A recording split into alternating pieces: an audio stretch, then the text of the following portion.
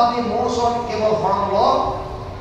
আৰু তাৰ পাছত যেতিয়া অৰ্জুনক সুধিছিল যে তোৰ মনত এতিয়াও কিবা সংশয় আছে নেকি, তেতিয়া অৰ্জুনে কৈছে মস্ত মোহা স্মৃতিৰ লব্ধা তদ প্ৰসাদত ময়াচ্যুত গতোষ্টি স্থিত সন্দেহ কৰিষ্যে বচনম তব।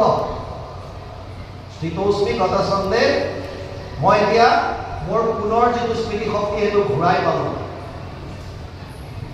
সেইকাৰণে এতিয়া মই তুমি যেনেকৈ কোৱা মই তেনেকৈ কৰিম। এইটো হৈছে টোটেল চাৰেণ্ডাৰ।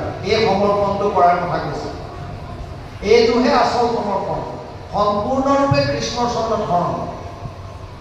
আৰু অৰ্জুনে সম্পূৰ্ণৰূপে ক'লে। এতিয়া ইয়াক কৈছে যিটো তনুবোধ নিবেদন কৃষ্ণ পাও জানিবা পবিত্ৰ আদি ভৈল সিটো কায়। যদি আমি কৃষ্ণৰ চৰণত নিজকে সম্পূৰ্ণৰূপে সমৰ্পণ কৰি দিব পাৰোঁ